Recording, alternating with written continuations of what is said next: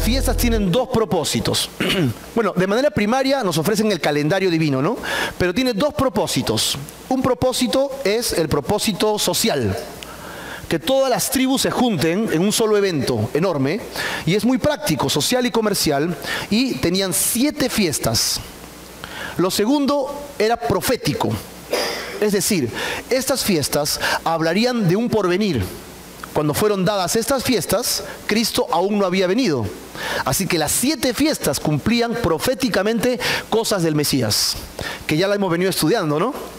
Luego vamos a ver que de las 7 fiestas, 4 ya se han cumplido y nos faltan 3 fiestas. Si Cristo no viene esta semana, el próximo domingo continuaremos con la de trompetas y ahí vamos a hablar sobre el futuro. Y como la Biblia está escrita en tiempo futuro, pero como si fuera pasado, podríamos decir la historia del futuro, ¿no? Vamos a ver la historia del futuro. Las 3 primeras fiestas son primaverales, las últimas 3 fiestas son otoñales, ¿correcto? Y la de Pentecostés está pegada a las de la primavera, así que 50 días después esta fiesta se va a celebrar y encaja dentro de las fiestas de la primavera. Un detalle interesante que vamos a ver cuando estudiemos en detalle lo que viene. El libro completo lo dividimos pues en 3 partes, ¿recuerdan?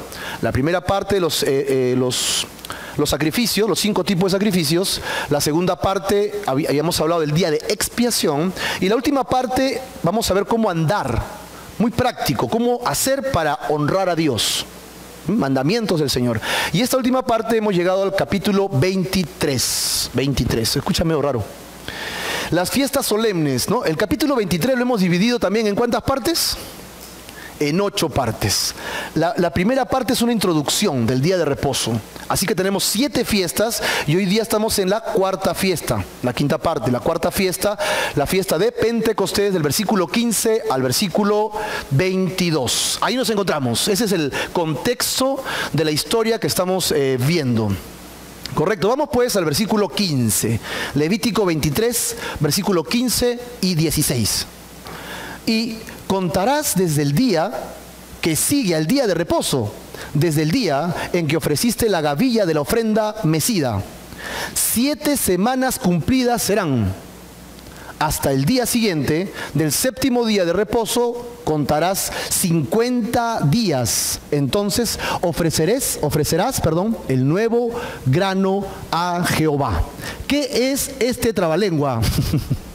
¿No? Dice, desde el día siguiente del día de reposo, el día de la gavilla. Bueno, la semana pasada hemos hablado sobre la gavilla, hemos hablado sobre este sacrificio que era la fiesta anterior, ¿verdad? ¿Y qué cosa es una gavilla? Es un hato, es un atado. Yo me acordaba del atado que hacían cuando compraba alfalfa para mis conejos, ¿no? Deme un atadito, decían, un atadito. Y yo me llevaba mi alfalfa en un atadito. Es un atado de, sí, está mejor. En este caso, de la ofrenda mecida que va a dar al Señor. Ahora, el nombre que se le da a esta fiesta es porque en hebreo, la palabra Shavuot, en hebreo, esa palabra Shavuot significa fiesta de las semanas. Así que si a un hebreo le dices Pentecostés, te mira con el ojo así, chueco, y te dice, ¿qué estás hablando? Esta fiesta se llama Shavuot. Pero ya luego, en el tiempo de Jesucristo, ¿qué idioma gobernaba más? El griego. Todo el mundo usaba el griego. Incluso en Palestina usaban el griego porque Roma imperaba. Entonces comenzaron a poner nombres en griego y usaron el nombre de 50. Y el nombre 50 en griego es Pentecostés, ¿no? Y de ahí que puedes usar cualquiera de estos 2 nombres para referirte a esta fiesta. Uno, Shavuot o Pentecostés. Pero la mayoría de nosotros la conocemos como Pentecostés, ¿no? Incluso hay iglesias que se llaman así. Iglesia Pentecostés de los últimos tiempos de la generación venidera del reino de los cielos, no sé qué. No. El tiempo de Pentecostés es un tiempo realmente interesante. Yo he hecho esto. El día en que ofreciste gavilla de la ofrenda mecida, la fiesta de la primavera. Nosotros hicimos este cuadro para ubicarnos. Vimos que el 14 de Nisan, en este mes de Nisan, se hizo la Pascua, del 14 para el 15, lo estudiamos, ¿verdad? Luego vimos que entre el 15 para adelante era los panes sin levadura y se cruzaban las 2 fiestas. Las 2 primeras fiestas se cruzan por un día. Y luego, después de este día, este sábado, el Shabbat, luego el 15 para el 16 empezaba las primicias. Podía ser allí o al final de la fiesta de los panes sin levadura. pero normalmente se hacían seguidas y encajaban 14, 15 y 16 como las fiestas importantes, ¿no? Así que podríamos decir que el 16 es el día lunes. Ahora, aquí está diciendo el día en que ofreciste la gavilla de la ofrenda mecida. ¿Cuándo ofreció eso? El 16. De allí para adelante tiene que contar 7 semanas, dice, ¿no? Y contamos 7 semanas hacia adelante y vamos a contabilizar 49 días más el día que estaban allí. Son 50 días y ese día le van a hacer la fiesta de Pentecostés y caería más o menos el 16 de Sivan, que es el mes siguiente. Estamos en los meses hebreos. Recuerden que el mes que usamos nosotros es el mes solar, ¿no? Y los judíos usan un calendario lunar. Ahorita vamos a hacer un cruce de calendarios para que lo podamos chequear mejor. Así que esta fiesta siempre va a caer el primer día de la semana. ¿Cuándo es el primer día de la semana? Domingo. Muy bien. Contaban 7 sábados, porque decía 7 sábados, 49 días o 7 semanas, y entonces el 50 hacían coincidir con el domingo. Luego se cumplían 50 días después de la presentación al Señor de la gavilla mecida de las primicias. Todo esto ya lo hemos estudiado la semana pasada y ese es el contexto nada más. Vamos a ver aquí. ¿Cuándo nació la iglesia? El primer día de la semana. ¿Cuándo resucitó Jesucristo? El primer día de la semana. Por eso es que los cristianos nos juntamos el primer día de la semana para celebrar al Señor. ¿Sí? Si tú ves en la Biblia, tú ves que el mandamiento de guardar el Shabbat está circunscrito siempre a la nación de Israel. Siempre está circunscrito a la nación de Israel. Y los mandamientos son para ellos. Incluso cuando Jesús toma en cuenta el tema del Shabbat, se lo dice a los judíos porque todavía no había iglesia. ¿Sí? Luego recién vemos que la iglesia comienza a juntarse el domingo. Pero tenían 2 costumbres. La primera iglesia, pregunta, ¿era judía o gentil? La primera iglesia era judía, los discípulos pues, ¿no? Se juntaban en Jerusalén, así que ellos seguían con sus ritos, ellos guardaban el Shabbat y el domingo celebraban la resurrección de Jesucristo, el inicio de la iglesia. Y eso nos quedó por costumbre a la iglesia gentil. Entonces, ¿qué día celebramos? El domingo. Pero ¿por qué no guardas el Shabbat? Porque no soy judío, nada más. Pero está en la Biblia, claro que está en la Biblia, pero Dios se lo demanda a la nación de Israel, no se lo demanda a los gentiles como yo. Por lo tanto, yo no tengo la obligación de guardar el Shabbat. Ahora, si de manera particular tú quieres guardar el sábado, amén, pues no pecas. Pablo dice en Corintios que nadie te juzgue por días de semana, por Shabbats, por meses, por días de luna, por fiestas. Que cada uno tenga conciencia limpia, dice. Así que si tú quieres guardar el sábado, amén, hermano, pero no me obligues a mí a guardarlo porque Dios no me lo obliga. Así de simple, ¿no? Así que tenemos nosotros esto interesante. Como un dato. Aquí vamos a ver nuestro calendario solar. Si ponemos el mes de enero como si fuera una aguja del reloj en la hora 10. En la hora 10 tendremos enero hacia adelante en el horario de las manecillas del reloj. ¿Correcto? Vamos a transponer ahora lo que sería el calendario lunar o judío. Vamos a poner nuestro enero para ellos en el 12. ¿Correcto? Y es así como podemos cruzar qué meses son para ellos nuestros meses. Vamos a escoger pues los 3 primeros meses. El mes de Nisan, el mes de Iyar y el mes de Sivan. Si ustedes se dan cuenta, ¿están entre qué mes? Entre marzo y junio.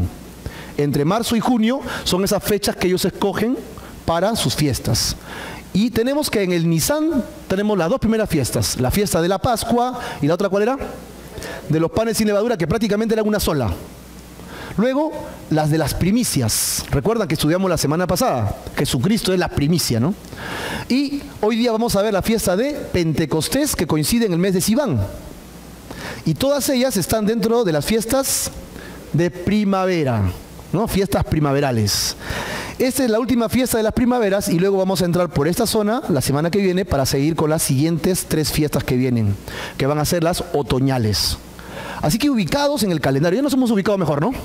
Ya estamos más ubicaditos, ¿correcto? Algunos detalles. La secuencia ordenada cronológicamente. Primero, la Pascua. ¿La Pascua de quién nos hablaba? De Cristo. Cristo es la Pascua, Él es nuestra Pascua, Él se entregó por nosotros, ¿ok? Como sacrificio. Segunda fiesta, la fiesta de los panes sin levadura. Significaba compartir las cosas de Cristo, teniendo compañerismo con Él, sin levadura, sin pecado. ¿Amén o no? Eso quiso decir. Luego, la tercera, las primicias o los primeros frutos de la cosecha, que fue el estudio de la semana pasada. Señalaban a la resurrección de Cristo, primeros frutos de la vida de los muertos. Las primicias, Cristo las primicias y nosotros con Él en la resurrección, ¿verdad? Cristo es la primicia de los que murieron para resucitar y nunca más morir. Porque también hubieron otros que resucitaron, ¿verdad? Pero murieron. Jesucristo es el primero en resucitar para nunca más morir. Y luego de Él, ¿quién viene? Nosotros, pues. Nosotros vamos a morir y luego resucitaremos para nunca más morir. Él es la primicia de todos nosotros. ¿Correcto? Y ahora llegamos al Pentecostés. Habiéndonos ubicado ya en el calendario, vamos a ver la fiesta de Pentecostés. Esta fiesta tenía que ver con el servicio de los sacrificios, también con el tema agrícola, ¿ok?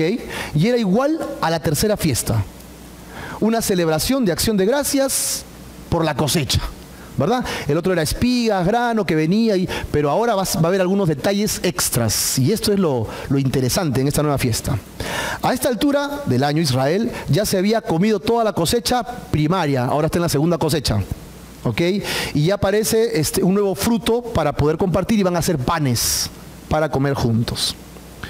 En el libro de Hechos, capítulo 2, versículo 4, ubicamos la fiesta de Pentecostés y ubicamos a los discípulos. Dice aquí en el versículo 1, cuando llegó el día de ¿qué? El día de Pentecostés que estamos estudiando ahora. Eso está ubicado en el Nuevo Testamento también. Estaban todos, ¿cómo estaban? Unánimes y juntos. Qué interesante, no estaban desunidos, no estaban en el mismo salón y desunidos, estaban unánimes y juntos, con un mismo sentir de adoración, con un mismo sentir de búsqueda de Dios. Y de repente vino del cielo un estruendo como de un viento recio, dice que soplaba, el cual llenó toda la casa donde estaban sentados. Versículo 4. Y fueron todos llenos del Espíritu Santo y comenzaron a hablar en otras lenguas, según el Espíritu les daba que hablasen. Así que este día es un día especial. Este día se conoce como el día en que nace la iglesia. ¿En qué día nace la iglesia? En la fiesta de Pentecostés. Es el día que nace la iglesia. Pero Jesucristo, antes de morir, habló con sus discípulos. Tienes como 6 capítulos en el Evangelio de Juan. Habla con sus discípulos, los lleva a un lugar, ora por ellos, los lleva al jardín, está con ellos orando. Viene el traidor, es entregado, sus discípulos corren, él es llevado a la cruz, muere, resucita al tercer día. ¿Amén o no? Y luego que resucita al tercer día, él se encuentra nuevamente con sus discípulos y les comienza a hablar. Después de su resurrección se les presenta nuevamente a ellos y dice el Evangelio de Juan que Él sopla en ellos. ¿Te acuerdas de ese pasaje? Sopla en ellos. Creo que hace tiempo lo dije al revés, me disculpo porque lo había dicho al revés, era antes de la resurrección, no, pero es después de la resurrección. Jesús resucita y después de resurrecto los ve a sus discípulos y sopla. Y dice que ellos reciben el Espíritu Santo. ¿Qué cosa? ¿Reciben el Espíritu Santo? Entonces, ¿cuándo inicia la iglesia? ¿En Hechos capítulo 2 o en Juan cuando Jesús resucitó? Porque ellos recibieron el Espíritu Santo. Hay una gran diferencia entre recibir el Espíritu Santo y el estar llenos del Espíritu Santo. Son dos acontecimientos totalmente distintos, los cuales nosotros creemos que son dos eventos que pueden suceder simultáneamente, sí es verdad, pero normalmente suceden en tiempos distintos. Hay 3 formas en que el Espíritu Santo obra en el ser humano. Una es cuando el Espíritu Santo está a tu lado llamándote para conversión. ¿Te ha pasado o no te ha pasado? ¿Sí? Tú estás haciendo tu vida normal y de repente una tragedia, de repente un problema, de repente algo difícil en tu vida y tú te quebrantas. Ya no aguanto, y me siento vacío, me siento solo, me siento desilusionado, me siento ya con ganas de estirar la pata, ya no quiero más, ya no quiero seguir, ya estoy harto de esta vida. ¿Y qué está pasando? Dios te ha estado llamando, pero tú has hecho oídos sordos y has seguido caminando en tu forma de vida. Y el Espíritu te sigue llamando, y lo que hacemos normalmente es, le damos la espalda a Dios y seguimos caminando al pecado. No queremos ir a Dios, así somos de tercos. Y cuando ya nos caemos, nos golpeamos, estamos sangrando, estamos llorando, recién decimos, Señor, ¿por qué permitiste esto? ¿No? Y cuando estamos ahí y abrimos nuestro corazón y nos arrepentimos de nuestro pecado, viene la segunda fase del Espíritu Santo, la segunda forma de operar. Él ya no está a mi lado convenciéndome de justicia, juicio y pecado. Ahora Él está en mí. La Biblia dice que Él viene a morar en el creyente. No, viene a morar. Segundo, viene a estar en mí. Primero, está con nosotros, queriendo entrar, pero yo no quiero. Cuando yo abro mi corazón, Él viene a morar en mí. Acá está. ¿Cómo dice Valentina, tu hija? ¿Dónde está Jesús? Acá, dice. Ahí está Valentín. Jesús está en el centro del ser humano, dice, pues, ¿no? En el centro. Está bien porque es súper espiritual tu hija, lo más. El centro de uno es el ombligo, dicen. El Espíritu Santo viene a morar en el creyente. Cuando viene a morar en el creyente, entonces es cuando el Hijo de Dios, ahora ya redimido, comprado por la sangre de Jesús, le cuesta pecar. Antes pecaba y se golpeaba, pero seguía pecando, ¿no? Y no le interesaba. Pero ahora peca y ya, dice, el Espíritu Santo se entristece dentro de nosotros. Y uno siente que algo se apaga. Oh, ¿qué pasó? ¿Qué sucedió? Algo ha pasado. No entiendo qué pasa. Ya no puedo pecar como antes. Antes me importaba muy poco, pero ahora lo hago y ya me causa fastidio incluso. Antes contaba esos chistes feos y me reía. Ahora los cuento y me siento mal, ¿no? Antes me tomaba mis chelas y ya me aguantaba la resaca, ¿no? Un día de resaca por 3 horas de vacilón no importa. Pero ahora la resaca es una pesadilla, no la aguanto, ¿no? Todo da vueltas y la cabeza. Horrible, oye, horrible. Sí, claro. Entonces el Espíritu Santo morando en el creyente nos estimula a no seguir pecando. Por eso es que tú no puedes santificarte solo. Necesitas del Espíritu Santo para vivir una vida santa. Tú no puedes vivir santo ante Dios en tus fuerzas. Es imposible. La única forma es que el Espíritu Santo venga a morar en ti. Pero la tercera forma en que el Espíritu Santo obra en el ser humano es a través del rebosar. El rebosar o ser llenos del Espíritu Santo. ¿Cómo funciona esto? Lo vemos acá. Ellos habían recibido ya el Espíritu Santo. No lo había podido hacer antes porque Cristo aún no había muerto y resucitado. Jesús ya murió y resucitó. Ahora les da el Espíritu. Los 12 tienen el Espíritu. Ahora están 40 días después, más 10 más, 50 días. Están en Pentecostés. Y en Pentecostés ya no solo lo reciben, sino que se llenan del Espíritu. ¿Ok? Por ejemplo, cuando estás con sed y te encuentras con alguien tacaño que te dice, ¿quieres un poquito de agua? Y sí, claro, gracias. Y te da un vaso a la mitad. Y tú lo miras, por favor, lleno. Un poquito más. Y te dice un poquito más y te echa un poquito más, ¿no? No seas malo, por favor, llénalo. Es exactamente la misma idea. Venimos a Cristo y tenemos una porción del Espíritu, por decirlo así, en nuestras vidas. Lo cual es un sello, una garantía de que tenemos vida eterna. Amén. Así dice, es una garantía de que tenemos a Dios en nuestro corazón. Pero luego, ¿qué necesitamos? Que Él llene toda nuestra vida. Hasta rebosar. Hasta que salga por los poros. Como si fuéramos un vaso que está llenándose. Shhh. ¿Qué impide que se llene? Supongamos que somos un medidor nosotros mismos, ¿no? Y supongamos que el Espíritu empieza de abajo arriba. En el momento que me convierto, el Espíritu viene y me llena hasta la rodilla. ¿Y qué cosa hay de la rodilla hasta mi cabeza? Todavía hay pecado. Ya me entregué al Señor, ya lo reconocí, ya lo confesé como mi Dios, como mi Salvador, ya quiero caminar para Él, pero todavía tengo muchos pecados en mi vida. Muchos pecados ocultos y otros que no son tan ocultos. Y me estoy dando cuenta de a pocos. ¿Cuándo es el momento en que yo puedo ser lleno? Cuando yo agarro todos estos pecados y renuncio a ellos. Y renuncio a mis pecados. ¿Y qué queda? Un vacío. Y entonces, ¿quién viene y lo llena? El Espíritu Santo. Y comienzo a rebosar en el Espíritu. Así que tenemos las 3 fases. El Espíritu Santo con el no creyente para convencerlo. Amén. Acuérdense, el ser humano no convence a nadie, el que convence de pecado es el Espíritu Santo. Cuando el no creyente se arrepiente y busca a Dios, el Espíritu Santo vive en el creyente ahora, mora en el creyente, pero tienes una medida, como dice, una medida de fe, ¿correcto? Ahí está.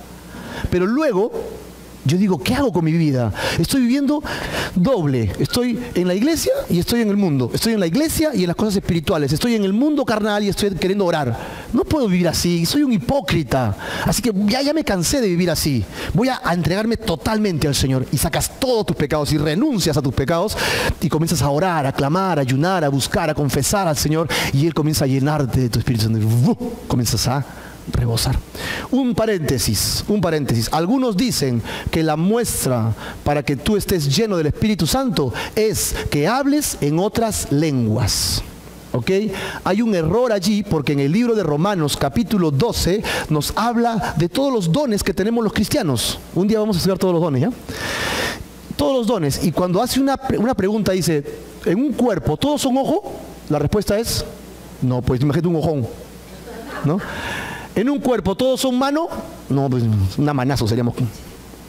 Es imposible. Y sigue con las preguntas. Dice, la respuesta es no. De igual manera, nosotros somos un cuerpo en Cristo. ¿Todos son maestros? No, pues no es imposible. Si todos fueran maestros, ¿quién aprende? Todos enseñan. ¿Todos son apóstoles?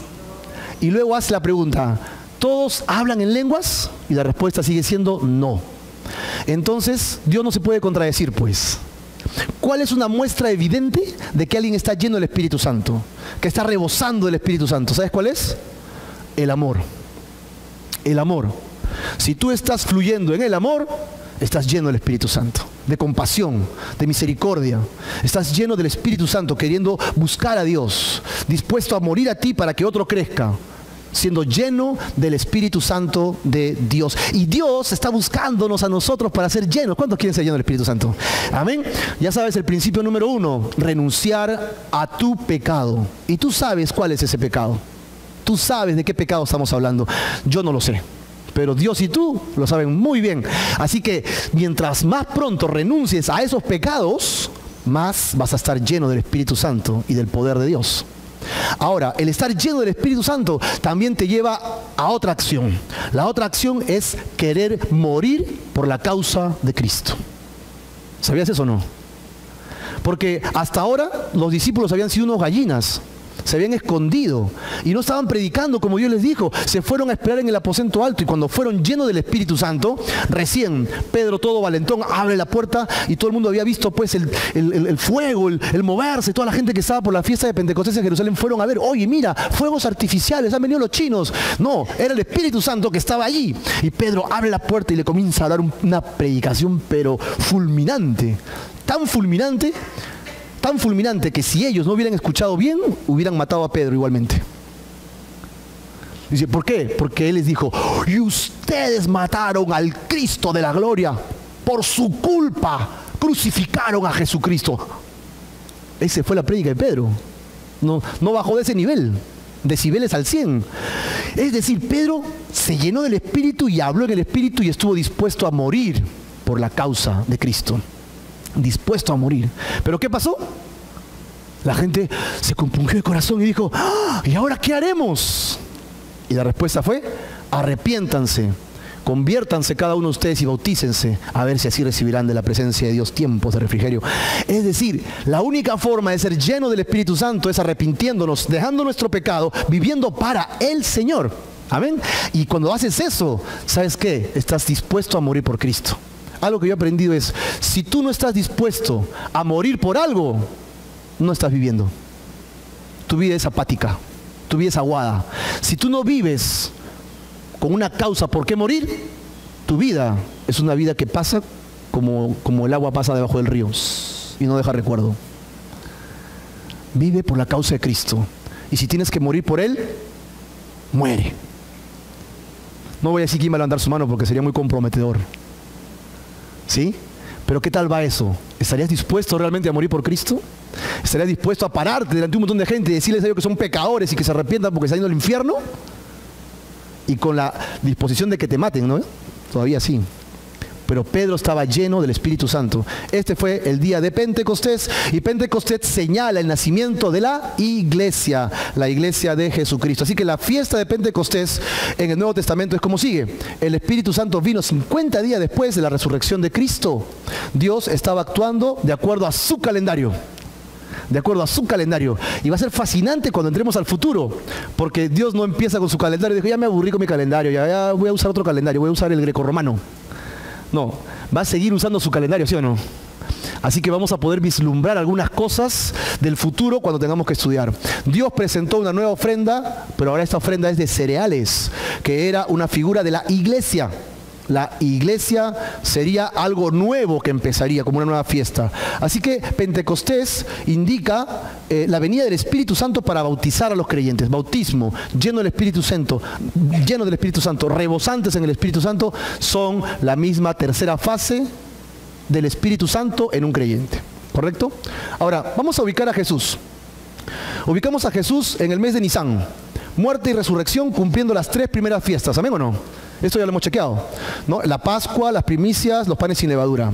Y luego, Jesucristo, después de resucitar, se me lengua la traba, dice que Él está 40 días con sus discípulos. O sea, resucitado, 40 días con sus discípulos, y más de 300 personas lo vieron, dice. Increíble. Así que Jesucristo caminó con ellos con un cuerpo resucitado, tanto así que nadie pudo refutar que Jesucristo había resucitado. Ninguno de sus detractores, enemigos, antagonistas en la época de Jesús que han escrito sobre la iglesia habla de que no resucitó.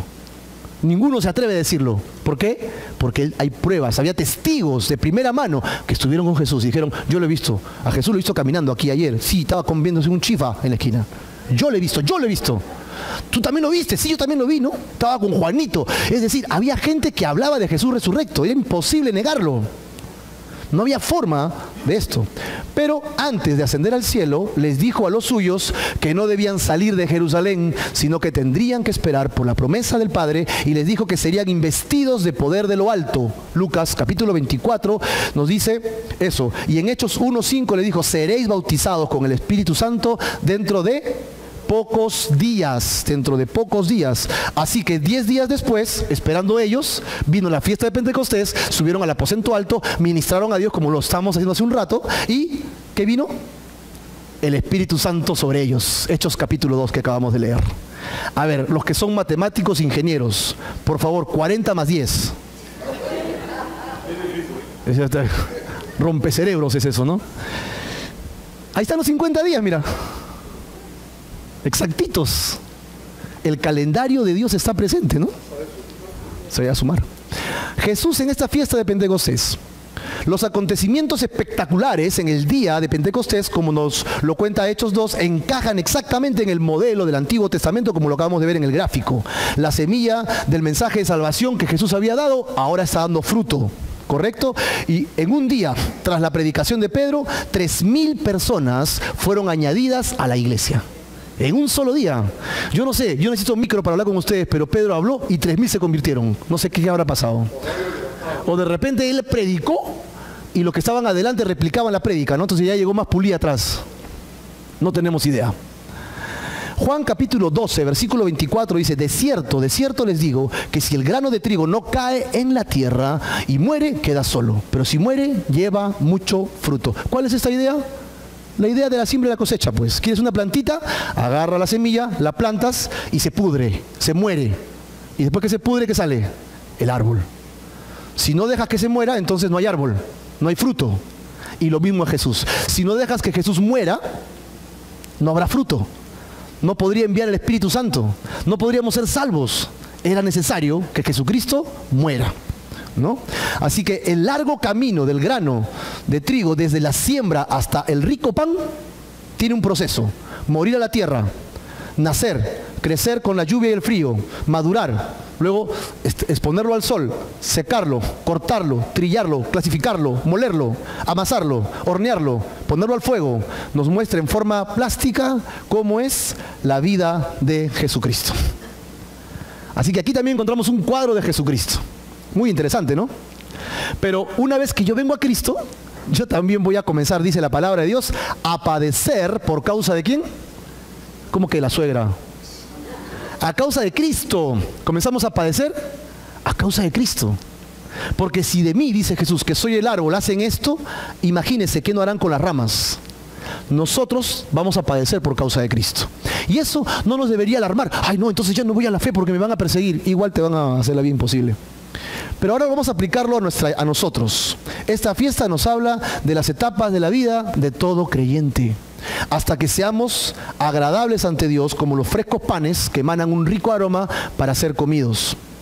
Amén. En verdad, esta es una imagen perfecta de la vida de santificación de aquellos que creemos en Jesús. Los que creen en Jesús saben que tienen que morir, tienen que estar al frío, al sol, a la intemperie, tenemos que ser trillados, muchas veces somos molidos, muchas veces somos amasados, somos insultados, somos abofeteados, pero por causa del Señor, todo esto es para su gloria. ¿Amén o no? Bueno, no queda ahí. En Santiago 1:18 dice que los creyentes significativamente somos llamados primicias de sus criaturas. Y usa la palabra primicias otra vez. Santiago 1:18. Así que esta fiesta también por tradición tiene otro nombre. Y es interesante que lo pongamos acá para nuestra conclusión. También lo llaman la fiesta de la legislación. ¿La fiesta de la qué? Legislación. Según la tradición, y esto es tradición, pasaron 50 días entre el éxodo de Egipto, ¿recuerdan? ¿No? Moisés sale, los persiguen, pasan el mar, ¿correcto? Esa salida, entre esa salida y la llegada al monte Sinaí, salud en Cristo Jesús, ¿ok? Pasaron 50 días. Y de allí que por eso le llaman la fiesta de la legislación. Esta misma fiesta, la fiesta de Pentecostés. Pero, ¿quién se acuerda qué pasó esa noche, ese día que Moisés bajó con las tablas de la ley?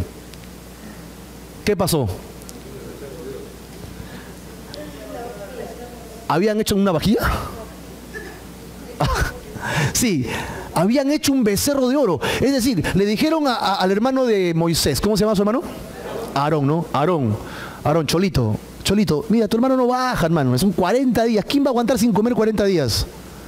Creo que ya tu hermano ya fue ya. Así que, ¿qué te parece si adoramos al Dios que nos sacó, dijeron ellos, que nos sacó de Egipto? ¿Y a quién le dieron la gloria? A este becerro. Y comenzaron a adorarle. Y entonces el furor de Dios se subió como cuando calienta la tetera. Y le dijo a Moisés que baje porque iba a destruir a todos ellos. Moisés intercede, Moisés baja y se encuentra con ellos. Así que en Éxodo 32 nos cuenta esta historia. Y Moisés, al bajar, ¿qué hace? Los reprende duramente, ¿sí? Y le dice, ¿quién es? Y agarra las tablas y las rompe, ¿no? ¿Recuerdan? ¡Prah! Las rompe en el piso y echa el becerro lo destruye, lo pule, lo convierte en polvo y lo echa al río. Y le dice a todos que tomen de esa agua con oro, para que se contaminen por el pecado que habían hecho. ¿Qué tal carácter de Moisés, no? Como que manso y humilde. Ahí está. Él era manso a Dios. Tenía un carácter muy fuerte. Y ¡guau! Y la gente ahí todavía seguía piteando, ¿no? ¿Qué te has creído tú? Mejor comíamos allá, acá no tenemos nada que comer. ¿Y por qué tú eres el dueño? ¿Por qué tú tienes que guiarnos ahora? Hemos salido de un rey pagano para un rey judío. Entonces, ¿qué tienes? Y comenzaron a hablar contra Moisés. Comenzaron a hablar contra Moisés y contra Dios. Y entonces Moisés agarra y dice, bueno, el que esté con Dios, venga para acá. Y el que no, se queda allá. Y vinieron hacia él un montón. Y dije, el que esté por Dios, vaya y mate a estos idólatras que no quieren obedecer a Dios. Dios iba a destruirlos a todos. Pero Moisés rescató a algunos. ¿Y quiénes fueron los que sacaron espada? Dice, los levitas. ¿Los hijos de quién? De Leví. Sacaron su espada y comenzaron a matar gente, ¿no? Comenzaron a matar gente y lo encontramos en Éxodo 32:28. Y los hijos de Leví lo hicieron conforme al dicho de Moisés y cayeron del pueblo en aquel día, ¿cuántos? 3,000 hombres. ¡Wow! Hasta que Dios dijo, basta, ya no más sangre. Pero qué curioso que sean, ¿cuántos dice? 3,000. Y en Pentecostés, ¿cuántos fueron salvos? 3,000. ¿Será una coincidencia? Veamos, ¿no? En Hechos 1:4 dice, y estando juntos les mandó que no se fueran de Jerusalén, sino que esperasen la promesa ¿de quién? Del Padre, el cual le dijo, oísteis de mí. Él dice, ¿saben qué? Hay una promesa que va a venir para ustedes, esperen allí. ¿Les dijo hora? No. ¿Les dijo día? No. No les dijo nada. Es como nosotros que nos dicen, yo vengo pronto, espérenme. ¿Quién está esperando a Cristo ahorita? ¿Estamos esperando a Cristo o no? Pero no tenemos fecha, no tenemos hora. Tenemos que estar a la expectativa. El mismo cuadro lo llevamos a Pentecostés y él dice, espérenme en Jerusalén, no se vayan. Y yo, pero ¿cuándo, Señor? ¿Cuándo? ¿Hasta cuánto tiempo voy a esperar? Bueno, Jesús antes de ascender al cielo manda a sus discípulos que ellos no debían alejarse de Jerusalén hasta que se hubiera cumplido la promesa del Padre. La pregunta que yo me hice, a ver si tú me la contestas, es ¿por qué no les dijo que permanezcan hasta Pentecostés? ¿No era más fácil? ¿No? Vayan a Jerusalén, no se salgan de allí y esperen hasta Pentecostés que yo ya regreso, envío el Espíritu Santo. ¿Por qué les dijo simplemente vayan y esperen? Bueno, hay una parábola que Jesús cuenta, ¿no? Que dice que si tú sabes la hora y la venida de tu dueño, de tu jefe, te relajas, ¿no? Te relajas y te relajas. ¿Cuánto falta para que venga el jefe? 10 minutos. Ya, póngase pilas. Barre, purito, vaya. ¿Cómo dice ese otro dicho? El ojo del amo engorda al caballo, creo que dice, ¿no? O sea, tú no trabajas hasta que te vea el dueño. Así que Jesús sabe cómo somos, nos conoce a los peruanos y nos dice, yo no les voy a decir cuándo regreso, solo le voy a decir que regreso. ¿Para qué? Para que estemos a la... Uy, si viene ahorita, no, yo quiero pecar un ratito, Señor, pero déjame una, pues, Señor. No te voy a decir cuándo voy a regresar para que estés atento a mí, para que estés pendiente de mí, ¿ok? ¿Por qué no les dijo esto? Bueno, yo creo que los discípulos tenían bastantes indicios para creer o para saber cuándo vendría. ¿Cuándo vendría esa promesa? ¿Sabes por qué? Porque según el calendario, ¿cuándo fue la muerte de Jesús? En la Pascua. ¿Y cuándo fue la resurrección de Jesús? En las primicias. Y le dijo, espérenme porque ya le mando al Espíritu la promesa. ¿Qué fiesta venía? Entonces venía en Pentecostés. Ya sabían. Podían intuirlo. Dios no lo dijo, pero ahí estaba. Porque Dios comenzó a usar su calendario. Su propio calendario. Así que justamente en el día en que Israel recordaba la legislación y el pacto del Sinaí, Dios confirmó el nuevo pacto por medio del milagro del derramamiento de su Espíritu Santo, ¿ok? En los creyentes, con fuego, dice, es un bautismo en fuego, acompañadas por rugidos, sonidos, ¿ok? Y todos estos temas que asombraron a todos los que estaban afuera por la fiesta de Pentecostés. Vamos al versículo 17. Miren, hemos hecho 2 versículos. Dios quiera que podamos acabar esta fiesta. De vuestras habitaciones traerás ¿cuántos panes?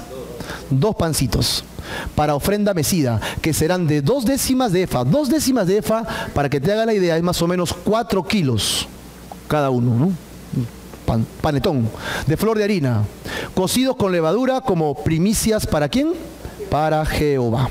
Ahora, a estas alturas del año, Israel ya había pasado la primera fiesta de la cosecha, ¿correcto?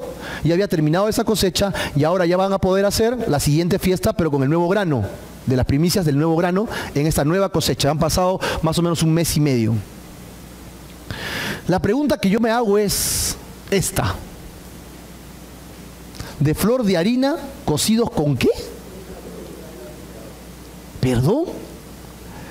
Pero, Marco, tú me dijiste que la levadura tenía un significado feo y que las fiestas, los sacrificios a Dios tenían que venir sin levadura y que no debería haber levadura en mi vida.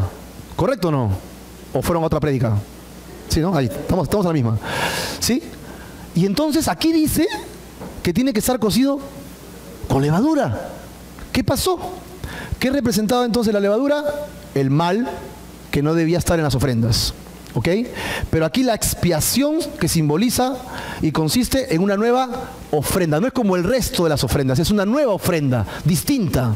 Las demás son totalmente santificadas. Esta tiene un agregado y la hace distinta al resto de las iglesias.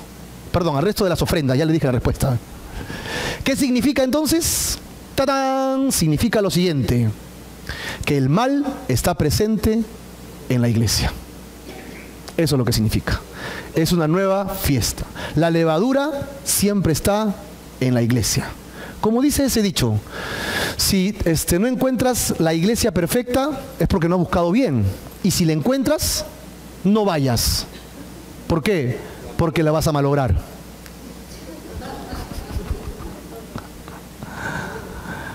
No existe la iglesia perfecta según nuestro concepto. ¿Por qué? Porque según nuestro concepto, si ya vienes a Dios, debería ser inmaculado, santo, sacrosanto, limpio de todo mal pensamiento. ¿Verdad? Así, tenemos un concepto equivocado de lo que es la iglesia. Creemos que ya vienes a Dios y mañana eres santo. Ya no debes pecar, no debes mentir, no debes hacer nada malo. Pero olvidamos que Jesucristo vino por los enfermos y no por los sanos. Y yo he estado bien enfermo cuando vine a Dios. Y todavía estoy en tratamiento. Y cuando te veo a ti, también te veo en tratamiento. Así que si nos viéramos espiritualmente acá en la iglesia, yo los vería con muletas, con ojo parchado, ¿no? Todos tendríamos una gasita por acá, tomando nuestro jarabe, tosiendo por allá. Y cada uno de esos tipos de enfermedades que nos podríamos alucinar son algún tipo de pecado con el cual nosotros todavía seguimos luchando. Qué alucinante que el Señor ya lo sabía desde mucho antes. La iglesia tendría levadura. ¿Por qué? La Biblia dice que nosotros que venimos a Cristo Jesús somos salvos por gracia, a través de la fe. ¿Amén o no? Y hemos sido redimidos por la sangre de Jesucristo. Ese es el mensaje. Yo me arrepiento espiritualmente de mi pecado, pero ¿qué ha pasado con mi cuerpo? Mi cuerpo todavía no ha sido redimido. ¿Así? Claro, en Romanos dice que vendrá aquel día en que seremos redimidos totalmente y nuestro cuerpo será transformado en el aire y redimido. Mientras tanto, yo tengo dos naturalezas en mi ser. El Espíritu Santo que habla a mi espíritu y a mi alma para apartarme del pecado, y mi carne que todavía pertenece al sistema de este mundo. Mi carne que todavía lucha por agradar el sistema de este mundo. Entonces yo tengo una pelea. Y Pablo le dice que tenemos esta guerra, esta lucha espiritual entre nosotros mismos, entre nuestros miembros, ¿no? Y tenemos que tomar una decisión. O hacemos las obras de la carne o andamos en el espíritu. Tú tienes que tomar una decisión. ¿Para qué? Para que no hagas lo que quieras. ¿Y por qué, Marco? ¿Por qué la carne todavía sigue así? ¿Por qué? Porque en el Edén, Dios le dijo a Adán que si comía del árbol, el fruto del árbol, moriría, ¿de acuerdo o no? Y cuando lo hizo, él no murió instantáneamente, pero ¿qué sucedió? Espiritualmente se apagó y él comenzó a morir físicamente. Y por causa del hombre, dice la Biblia, que la tierra es maldita. Pregunta, ¿de dónde hemos sido creados nosotros, nuestro cuerpo? ¿De dónde ha sido creado? Del polvo de la tierra. El polvo de la tierra está maldito. Jesucristo, a través del primer cordero que tuvo que sacrificar para darles una vestimenta a ellos, les da un indicio de cómo ser salvos. De allí los sacrificios durante todo el Antiguo Testamento. Pero no es hasta que Cristo viene que ahora espiritualmente tenemos entrada al reino de los cielos. Amén. Pero nuestro cuerpo todavía sigue siendo de este mundo. Así que todos los días de nuestra vida nos levantamos y tenemos esta lucha. No, hoy día no oro. No, mejor mañana. Ya me llegó el devocional. Justo yo quería que no llegue para que tener mi pretexto. Y estamos luchando con nuestra carne para hacer las cosas de la carne y no las del espíritu. Y eso significa que el mal está en la iglesia. ¿Sí? Así que, hermano amado, si tú crees que en una iglesia nunca va a haber problemas, te equivocas. Porque a todas las iglesias, no solo a nuestra, a todas las iglesias venimos los mentirosos, venimos ¿quiénes? Los que hemos sido de repente en algún momento adúlteros, fornicarios, borrachos, cínicos, desleales, ladrones. ¿Seguimos con la lista? ¿No? Si te identificas con alguno por ahí, todos hemos venido con eso. Y hemos venido a un proceso de cambio. Y estamos en ese proceso. ¿Amén o no? Por lo tanto, como Dios me tiene paciencia a mí, yo también debo tener paciencia contigo. Y espero que tú también me tengas paciencia. Porque perfectos no somos. Lo seremos cuando seamos redimidos físicamente en la venida de Cristo. Vamos a acabar y dice, versículo 18 al 20. Y ofrecerás con el pan 7 corderos de un año, sin defecto, un becerro de la vacada y 2 carneros. Serán holocausto, dice aquí, a Jehová, con su ofrenda y sus libaciones. Ofrenda encendida de olor grato para Jehová. Ofrecerás además un macho cabrío por expiación y 2 corderos de un año en sacrificio de ofrenda de paz. Versículo 20. y el sacerdote los presentará como ofrenda mecida delante de Jehová con el pan de las primicias y los 2 corderos. Serán cosa sagrada a Jehová para el sacerdote. A ver, los que estuvieron conmigo desde el inicio de Levítico, ¿recuerdan que habían cuántos sacrificios? 5 sacrificios, ¿no? Gracias. Habían 5 sacrificios. ¿Cuántos sacrificios hay acá? Veamos. 1, holocausto. 2, libaciones. 3, ofrenda encendida de olor grato. 4, expiación. 5, ofrenda de paz. Y añádele a eso la ofrenda que estamos viendo ahora por Pentecostés. ¿Qué ofrenda falta? No falta ninguna, ¿sabes? Todas están ahí. Son todas las ofrendas. En el Pentecostés se realizarán todas las ofrendas y todos los sacrificios. ¿Qué significará eso para nosotros? Que Cristo ha cumplido y cumple perfectamente con todas las ofrendas y las aplica a tu vida. Las aplica a mi vida. Las aplica a su iglesia. Todas las ofrendas. Así que eso significa que Él tiene abundante bendición para darte. Si estás en pecado, ven arrepentido a Él, porque Él ya pagó por ti y tiene bastante perdón. Si necesitas recibir ayuda, misericordia, consuelo, si necesitas recibir amor, puedes venir a Él, porque Él cumple todos los sacrificios para que tu alma sea saciada y tengas perdón de tus pecados y tengas una comunión con Dios totalmente. Totalmente. Y termina diciendo el versículo 21, no, son 22 versículos. Y convocaréis en este mismo día santa convocación. Ningún trabajo de siervo harás. Estatuto eterno, perpetuo, en donde quiera que habites por vuestras generaciones. En este día debían descansar e interrumpir sus propios trabajos. Y esto es lo que tú y yo debemos hacer cuando venimos a Cristo. Mira lo que dice Tito. Tito es un libro chiquitito. Capítulo 3, versículo 5. Dice, nos salvó por obras que hemos hecho. ¿Te das cuenta que es por obras que no? No por obras de justicia que nosotros hubiéramos hecho. Así que la salvación no es por obras, sino por su misericordia, por el lavamiento de la regeneración y por la renovación en el Espíritu Santo de Dios. Así que este versículo nos habla de venir a Dios y exponernos ante el Señor. Es Él quien nos cambia, es Él quien nos madura, es Él quien nos transforma de adentro para afuera. Yo creo que tenemos un taller, todos tenemos un taller y está acá en nuestro corazón y en nuestra mente. Cuando tú dejas que el carpintero por excelencia entre y limpie tu taller, entonces tu vida cambiará.